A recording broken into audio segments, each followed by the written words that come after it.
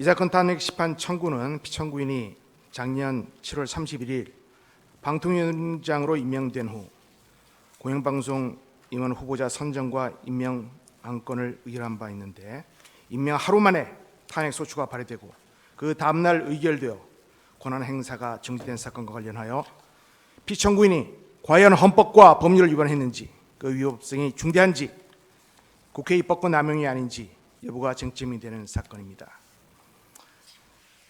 청구인이 주장한 바에 따라서 2인 체제, 기피 신청, 직무집행 관련 재량권의 순으로 말씀드리겠습니다.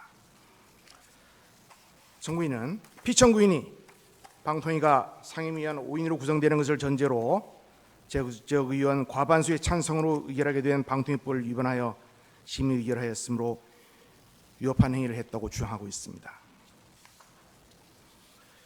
현행 방통위법은 방통위 상임위원 5인 중 2인은 대통령이 지명하여 임명하고 3인은 국회의 추천을 받아 임명하도록 되어 있습니다. 그런데 이러한 합의제 행정기관의 구성에 있어서 국회의사가 대통령의 의사보다 우월할 수 있는 면이 있어서 대통령의 공무원 임명권과 행정권을 침해할 소지가 있습니다. 집행부를 법률로 구성하는 것이 아니라 집행부 구성원의 임면에 입법부가 사실상 관여하는 것은 권력분리의 원칙에 반할 가능성이 있습니다. 집행부의 구성은 대통령의 권한에 속하는 것입니다. 방통위는 5인의 상임위원으로 구성되어야 하지만 국회의원 추천이 1년 6개월 이상 지연되고 있습니다. 그래서 불가피하게 인체제로 유지될 수밖에 없는데, 이러한 상황에서 부득이하게 행하여진 심의 의결이 위협하다면 국회의 고의적인 상임위원 및 추천은 1년 6개월 전에 이미 집행부를 무력화시킨 조치라 하지 않을 수 없습니다.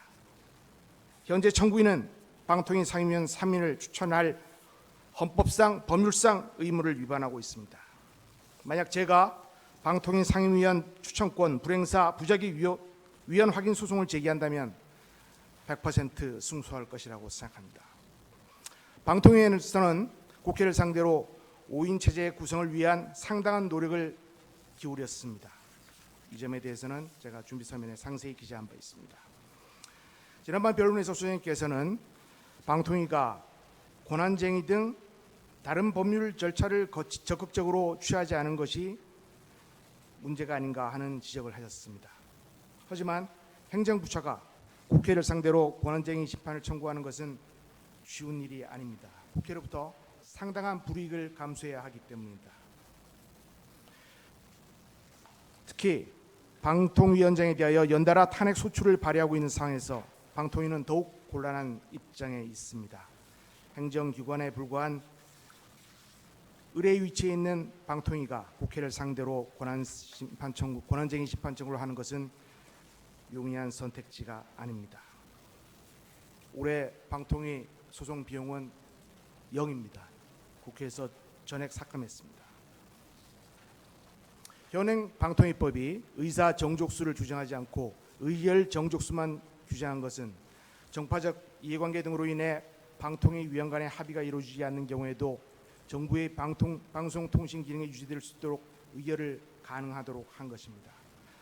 방통위법상 의결 정족수는 제적 의원 과반수입니다. 피청구인은 방송통신위원회법에 따른 적법한 절차를 거쳐 심의 의결을 하였습니다.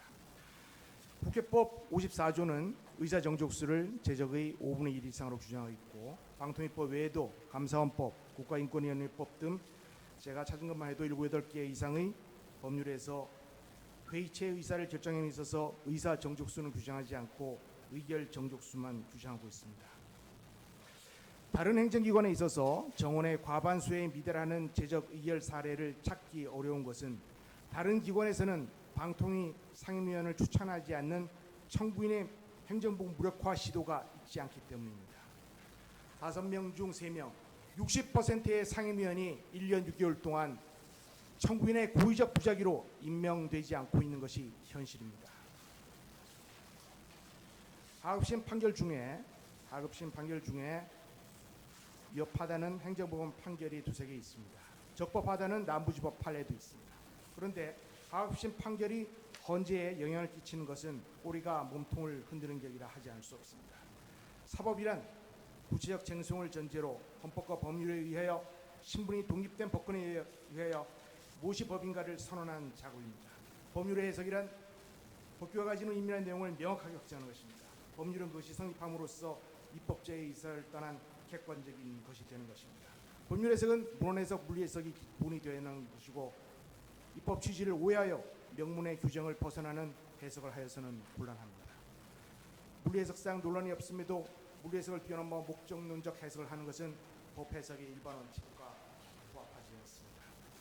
방통위법 제4조는 위원회는 위원회의 위원장 1인, 부위원장 1인을 포함한 5인의 상임위원으로 구성한다고 규정하고 있습니다.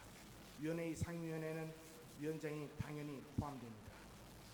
헌법재판소장이 헌법재판관 지위를 가지는 것과 마찬가지로 방통위 위원장은 상임위원으로서의 지위를 갖습니다.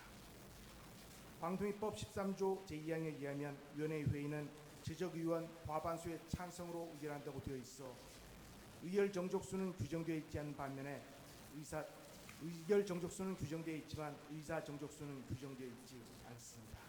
이처럼 명시적으로 의사 정족수가 존재하지 않는 상황에서 위원회 소집과 관련된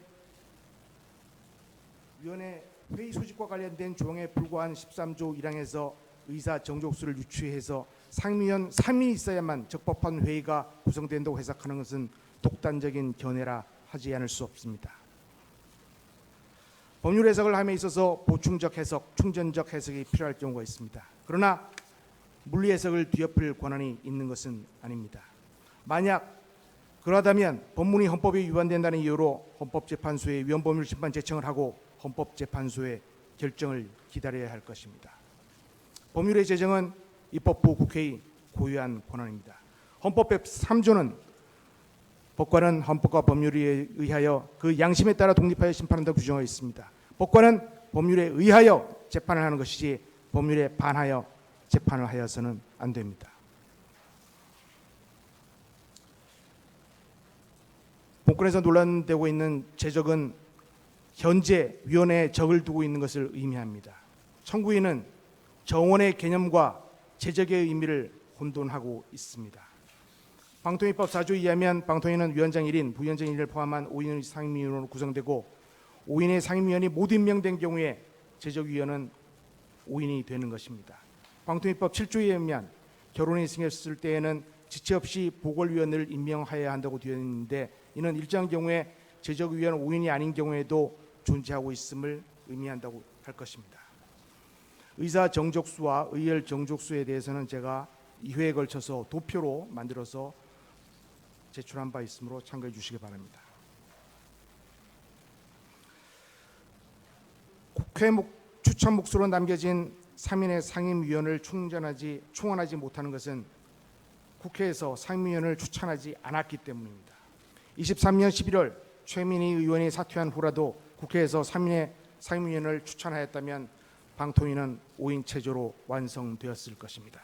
국회가 해야 될 의무는 공석인 3인의 상임위원을 추천하는 것이지 방통위 기관장에 대한 탄핵 소추가 아닙니다. 이러한 국회의 태도는 행정부의 무력화 시도에 다름 아니라 할 것입니다. 국회는 방통위의 2인 체제를 유지하는 고의적인 부적의를 행하면서 심지어 방통위 기관장인 피청구인에 대한 탄핵 소추를 이행함으로써 중앙행정기관인 방통위를 마비시키고 말았습니다.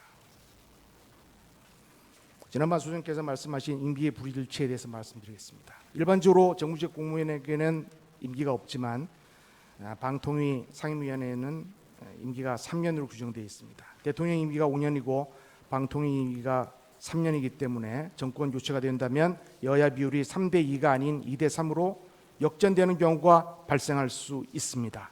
일시적으로 야권 우위가 될 수 있습니다.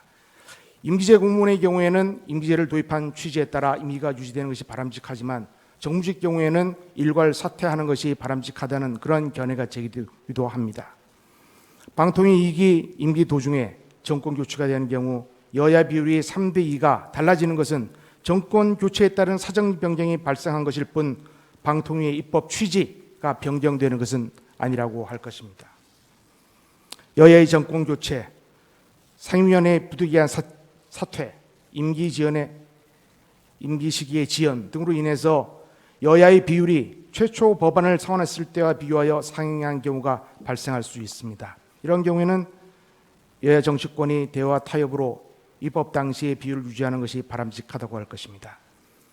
정권 말기의 공공기관장 알박기 사례에서 볼 수 있는 바와 같이 정치 철학을 달리하는 인사를 전임 정권의 임기 말에 임명을 한다면 거의 3년이 다 되도록 대통령 임기 절반을 정치 철학이 다른 인사와 공존해야 되는 상황이 발생할 수도 있습니다.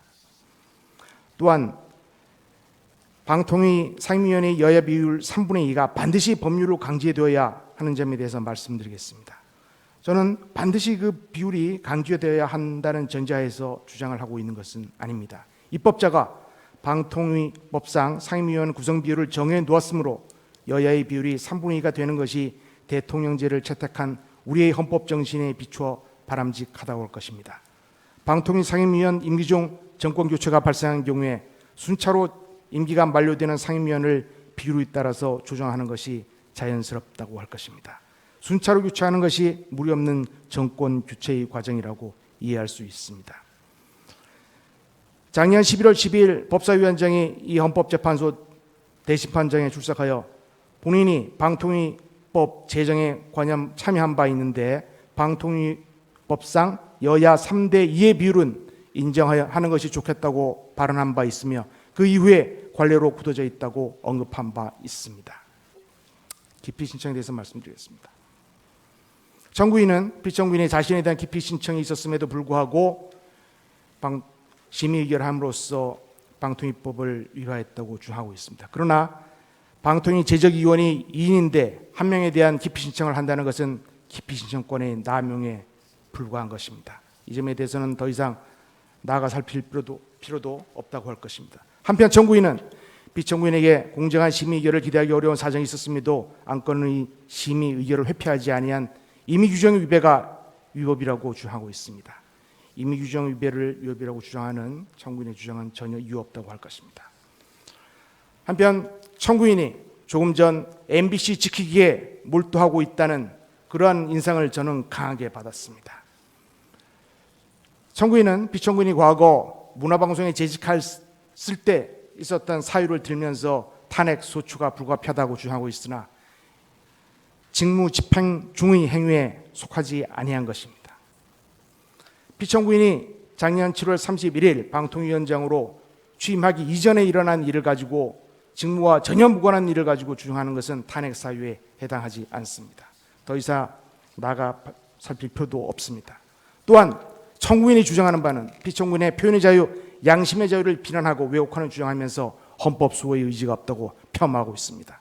청구인의 주장은 양심 주지, 십자가 밟기, 마녀 사냥 등과 같은 일방적인 주장에 불과하고 편향된 것이라 주장하지 않을 수 없습니다. 또한 청구인은 피청구인의 심의 의결이 재량권을 남용하였다거나 기존 관례를 무시했다고 주장하고 있습니다.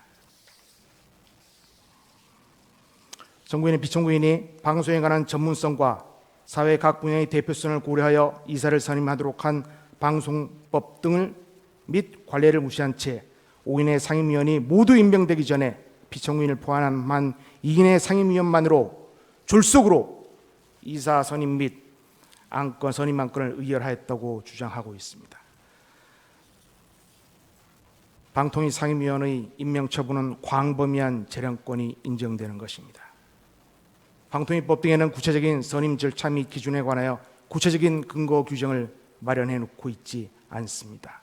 인사권 행사에 광범위한 재량이 인정되는 경우에 임명 처분의 효력을 다투는 경우에는 사회, 행정소송 등으로 다툴 수도 있을 것이고 그렇지 않은 경우에는 이러한 피청구인의 재량권을 문제 삼는다면 사실상 행정부 인사권을 무력화시키는 결과를 초래할 수 있습니다. 한편 면접을 실시하지 않았다는 것을 문제 삼고 있는데 면접이라는 제도는 면접관의 고도의 전문성과 양심에 따라서 이루어지는 재량 행위로 할 수 있고 이 사건 공영방송 선임과 관련해서는 필요시 면접을 한다고 기재되어 있습니다. 따라서 면접 실시 여부에 관한 명확한 규정이 없는 상태에서 면접을 실시하지 않은 것을 재량권 일탈 남용으로 볼 수는 없습니다. 방통위 규칙 3조 사항에 따르면 원칙적으로 회의의 일시장소 및 상정안건을 정하여 개최 이틀 전에 위원에게 통지하도록 하고 있으나 예외적으로 긴급을 요하거나 부득이한 사유가 있는 경우에는 그렇지 않다고 규정되어 있습니다.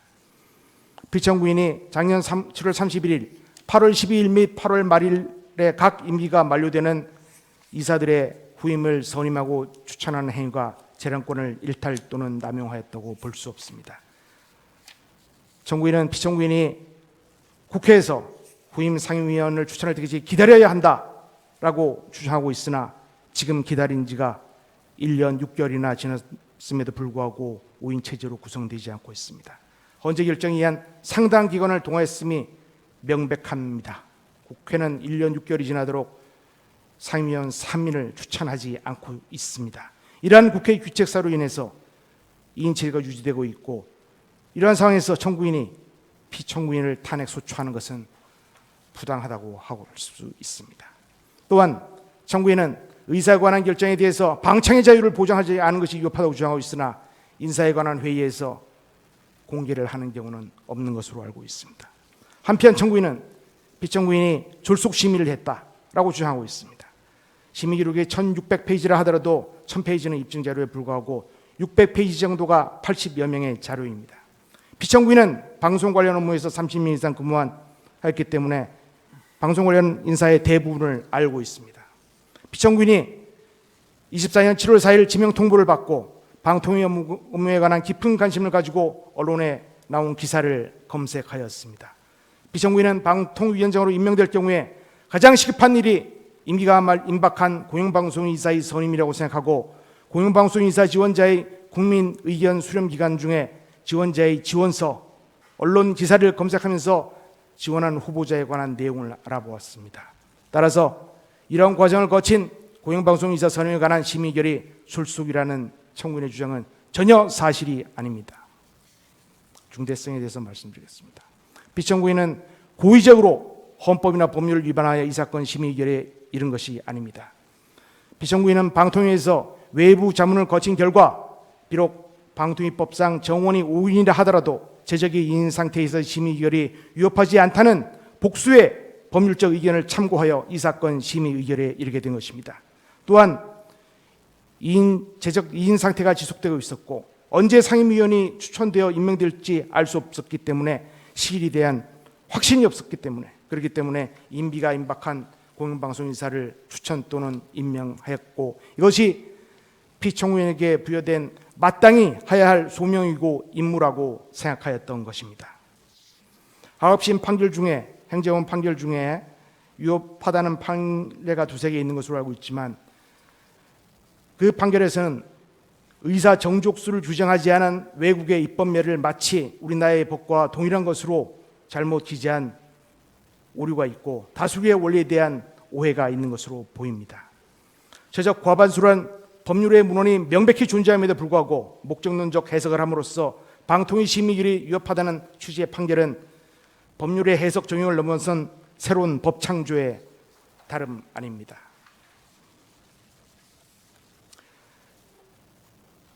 제적 3인 중 1인이 일시적으로 심의결을 하지 못하는 상태가 아니라 제적 2인인 상태가 현재까지 1년 6개월이나 지속되고 있고 이러한 상황에서 방통위원장이라는 공직자의 자세에서 피청구인은 만연의 임무를 방기할 수 없었던 것입니다. 후임자가 선임될 때까지 지속적으로 임무를 할 수 있기 때문에 업무의 공백이 발생되지 않는다는 주장이 있기도 하나 언제 떠날지 모르는 임시직인 불투명한 전임자가 전심전력을 다하여 업무를 수행할 것인지 여부는 불투명하다고 할 것이고 전임자의 임무 만료에 따라서 임기 만료가 임박한 경우에 업무의 원활한 인수인계를 위해서는 1개월 정도의 시일을 두는 것이 합리적이라고 할 것입니다.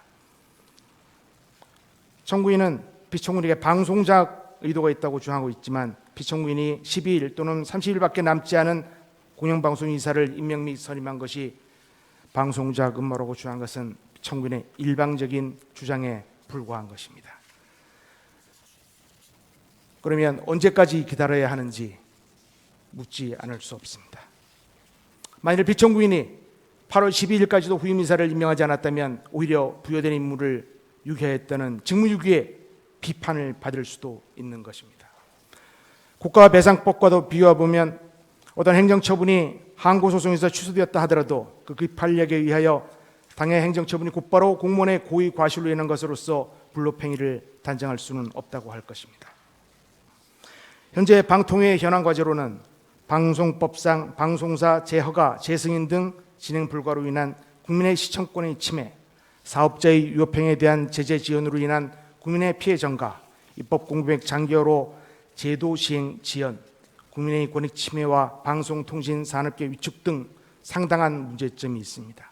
또한 방심위, 심의 제재 결정의 효력이 발생할 수 없는 문제가 있습니다.